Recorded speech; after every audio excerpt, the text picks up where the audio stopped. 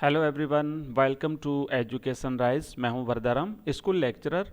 और आज के इस वीडियो में हम हिंदी अनिवार्य कक्षा 12 के लिए एमसीक्यूज़ करेंगे। एमसीक्यूज़ जिसमें आपको आंसर्स भी मिलेंगे। तो यहाँ पर हम जब शुरू करते हैं तो सबसे पहले जैसे ही प्रश्न आपकी स्क्रीन पर पहुँचता है आपको आंसर बता देना है, अगर आपको आंसर आता है तो। और उसके बाद में जैसे ही आंसर यहाँ से बता दिया जाता है आप अपना आंसर चेक कर लेंगे, ठीक है। ये जो हिंदी अनिवार्य विभिन्न चैप्टर्स जो हैं कक्षा 12 के हिंदी अनिवार्य के सिलेबस में, तो उसमें से हमने ये एमसीक्यूज़ लिए हैं जो कि आपकी आगामी परीक्षा 2022 के लिए काफ़ी इंपॉर्टेंट है। चलिए देखते हैं कि आपको इनमें से कौन कौन से क्वेश्चंस आते हैं।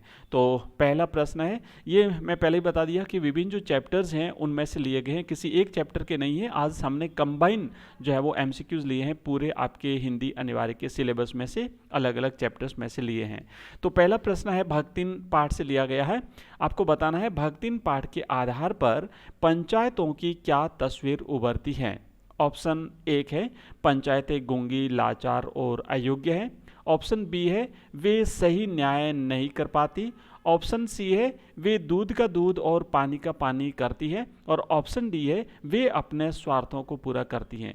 आपको याद करिए कि भक्तिन अध्याय में जब भक्तिन को पंचायत के सामने ले जाया गया था, वहां पर उसे दिन भर धूप में खड़ा किया गया था। तो क्या उसके साथ न्याय हुआ था? उसके आधार पर आपको यहाँ पर आंसर बताना है। तो चार ऑप्शन आपके सामने है, जल्दी से बता दीजिए इसका सही जवाब क्या है।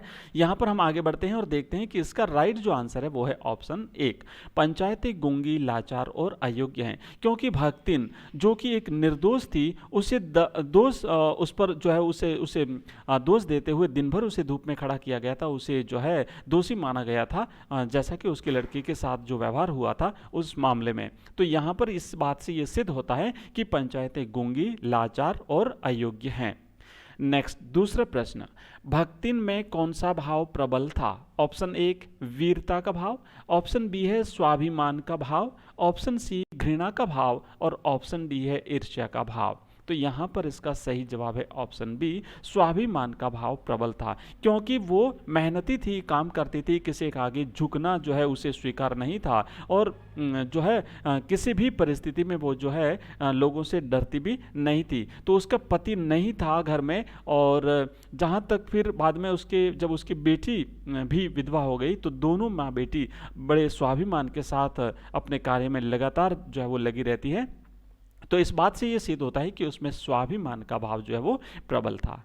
नेक्स्ट तीसरा प्रश्न, भक्तिन पाठ की रचयिता हैं, बताइए इसमें से कौन है। ऑप्शन एक Jainendra Kumar, option B Mahadevi Verma, option C Subhadra Kumari Chauhan और ऑप्शन डी है रांगे राघव। तो यहाँ पर आप सबको पता है कि भक्तिन पाठ जो है इसकी रचयिता है महादेवी वर्मा। ऑप्शन बी जो है वो इसका सही जवाब है। ठीक है, चलिए आगे बढ़ते हैं। और ये प्रश्न भी भक्तिन अध्याय से लिया गया है। भक्तिन का नामकरण किसने किया? ऑप्शन एक उसकी सास ने, ऑप्शन बी उसके पति ने, ऑप्शन सी उसकी जिठानियों ने, या फिर ऑप्शन डी महादेवी वर्मा ने। तो भक्तिन का नामकरण जो है वो महादेवी वर्मा ने किया था, और इससे पहले उसका नाम था लक्ष्मी या फिर लक्ष्मी। तो ये नामकरण भक्तिन जो है वो महादेवी वर्मा ने किया था। और क्यों किया था इसके पीछे की कहानी वो बताती है कि उसके गले में एक माला थी, वो कंठी थी, उसके आधार पर उसने उसका नाम जो है वो महादेवी वर्मा ने उसका नाम भक्तिन रखा था। नेक्स्ट, तो ये तो जो है प्रश्न हो गए हमारे भक्तिन पाठ से। अब अगले जो हमने लिए हैं वो हैं चैप्टर सीरीज के फूल अध्याय से। लेखक ने सीरीज की तुलना किसके साथ की है? ऑप्शन एक है भिखारी के साथ, ऑप्शन बी है अवधूत के साथ, ऑप्शन सी साधु के साथ और ऑप्शन डी है गृहस्थ के साथ। तो इसका सही जवाब बताना है आपको कि लेखक ने सीरीज की तुलना किसके साथ की है। इसका सही जवाब रहेगा ऑप्शन बी, अवधूत के साथ लेखक ने सीरीज की तुलना की है। नेक्स्ट छठा प्रश्न, यह भी सीरीज के फूल अध्याय से लिया गया है। किस ऋतु के आने पर सीरीज लहक उठता है? ऑप्शन ए शीत ऋतु, ऑप्शन बी शिरीष ऋतु, ऑप्शन सी बसंत ऋतु और ऑप्शन डी है वर्षा ऋतु। तो इसका सही जवाब है ऑप्शन सी, वसंत ऋतु के आने पर शिरीष लहक उठता है। नेक्स्ट 7वां प्रश्न, मेघदूत किस कवि की रचना है? ये भी सीरीज के फुल अध्याय से लिया गया प्रश्न है। नीचे महाकवियों के नाम लिखे हुए हैं, आपको बताना है कि मेघदूत किस महाकवि की रचना है। ऑप्शन 1 है कालिदास, ऑप्शन बी व्यास, ऑप्शन सी वाल्मीकि और ऑप्शन डी है भवभूति। तो इसका सही जवाब है ऑप्शन ए कालिदास। कालिदास का है मेघदूत। ओके, मेघदूत महान कवियों थे जिन्होंने कई नाटक उपन्यास लिखे थे, तो ये मेघदूत रचना भी कालिदास की है।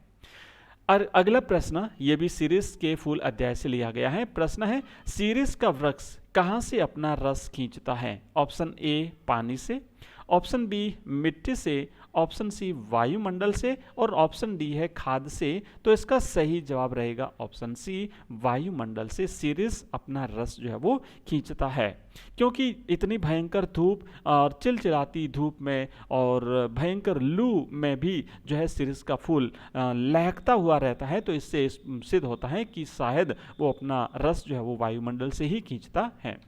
नेक्स्ट 9वां प्रश्न, सीरीज के फुल अध्याय के अंत में लेखक ने सीरीज की तुलना किसके साथ की है? ऑप्शन आपके सामने है, महात्मा गांधी, ऑप्शन बी है जवाहरलाल नेहरू, ऑप्शन सी सरदार पटेल और option D Lal Bahadur Shastri.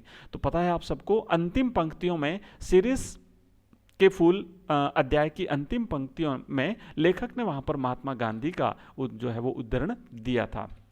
Next, तो ये अब अगला जो हमारा चैप्टर है वो है पहलवान की ढोलक। पहलवान की ढोलक से लिया गया प्रश्न है, पहलवान की ढोलक रचना के लेखक का नाम बताइए। Option 1 Mahadevi Verma, option B है फणेश्वर नाथ रेणु, ऑप्शन सी है धर्मवीर भारती और ऑप्शन डी है विष्णु खरे। तो बताना है आपको इसमें से पहलवान की ढोलक रचना के लेखक कौन है। तो इसका सही जवाब है ऑप्शन बी फणेश्वर नाथ रेणु की है ये रचना।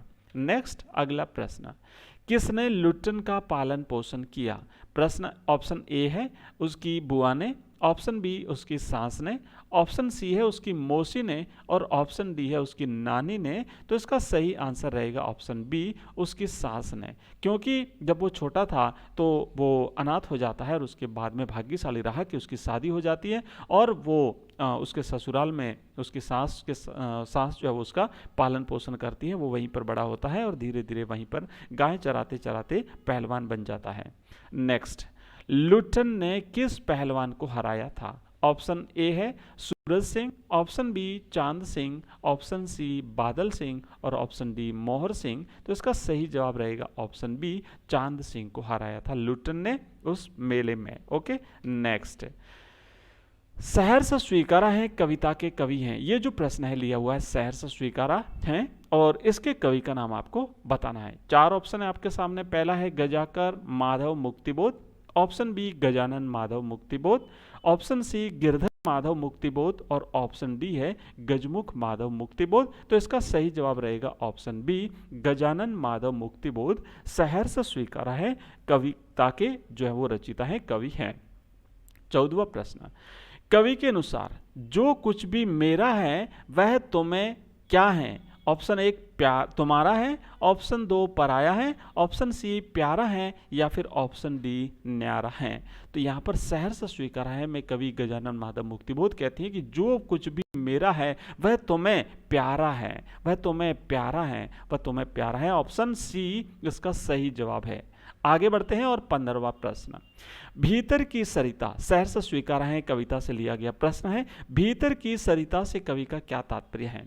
ऑप्शन 1 है हृदय की सरिता, ऑप्शन बी है नगर के बीच से बहने वाली सरिता, ऑप्शन सी है नगर के बाहर से बहने वाली सरिता और ऑप्शन डी है शरीर की सरिता। तो इसका सही जवाब रहेगा हृदय की सरिता, भीतर की सरिता। भीतर की सरिता का तात्पर्य है हृदय के अंदर की सरिता, हृदय के अंदर की नदी। ओके, नेक्स्ट 16वां प्रश्न, कवि ने अंधकार को कैसा कहा है? ऑप्शन 1 है दक्षिणी ध्रुवी अंधकार, ऑप्शन बी उत्तरी ध्रुवी अंधकार, ऑप्शन सी पूर्वी ध्रुवी अंधकार या फिर ऑप्शन डी है पश्चिमी ध्रुवी अंधकार। तो आपको कविता के आधार पर जवाब देना है कि कवि गजानन माधव मुक्तिबोध ने कविता सहर्ष स्वीकारा है में अंधकार को कैसा कहा है। तो इसका सही जवाब रहेगा ऑप्शन ए दक्षिणी ध्रुवी अमावस्या के अंधकार को बताया है कवि ने।